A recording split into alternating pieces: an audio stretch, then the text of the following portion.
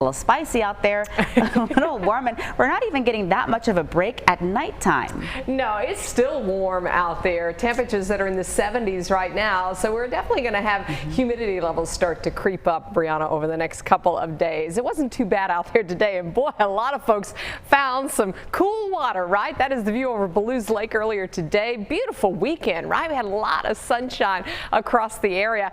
We made it up to 89 degrees at PTI Airport. Definitely above normal, and we do have some 90s in our forecast. Had some 90s out there in a few spots today. 90 tomorrow, 90 on Wednesday and on Thursday, so that would put us at least a few days at 90 or hotter in May, and that's rather unusual with those temperatures that are in the 90s. We're still not really forecasting any records. It'll be close tomorrow as the record is 93. We get a little cooler on Tuesday, so yeah, we're far from the record on that date. I do think Wednesday is going to be the hottest day this week at 93, so probably the best opportunity for us to set a record.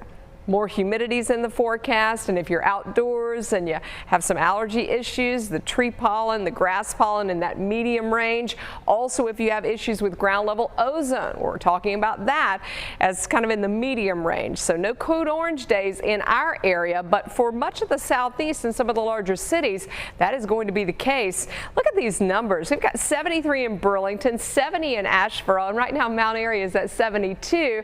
I was just talking about the ground level ozone, and that's what the orange here that's showing up on the map is talking about. Code orange days tomorrow from Charlotte to Columbia to Greenville, Spartanburg, also over parts of Tennessee and down toward Atlanta, really the big cities, Nashville, Atlanta, up towards Charlotte. We've got that high pressure sitting overhead, so we're kind of heating up the same air each and every day, and we're putting pollutants up into that air, and that's when ground level ozone does start to form, and it can be hazardous to breathe for folks especially that do have heart issues, young folks, old folks especially.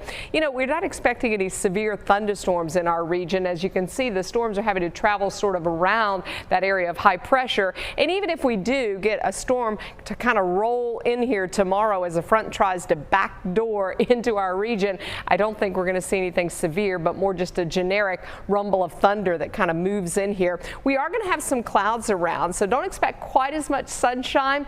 With some clouds, we've got partly cloudy to partly sunny skies tomorrow. By lunchtime, though, we'll be well into the 80s, and I think by tomorrow afternoon close to 90 degrees, and that's when we're going to start to see some of those showers kind of spilling southward into the area, and there is room for at least isolated thunder, especially in the Piedmont Triad forecast. So we've got that chance in tomorrow at about 20%.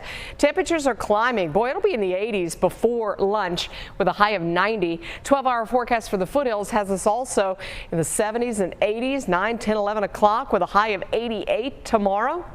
Mountain forecast is a warm one as well, with a high up to about 80 by late tomorrow. We've got a small rain chance tomorrow and Tuesday. It's dry on Wednesday and Thursday. Usually this time of year we start to transition into the summer months and we see activity in the tropics. Well, over the weekend we had our first tropical storm in Ana.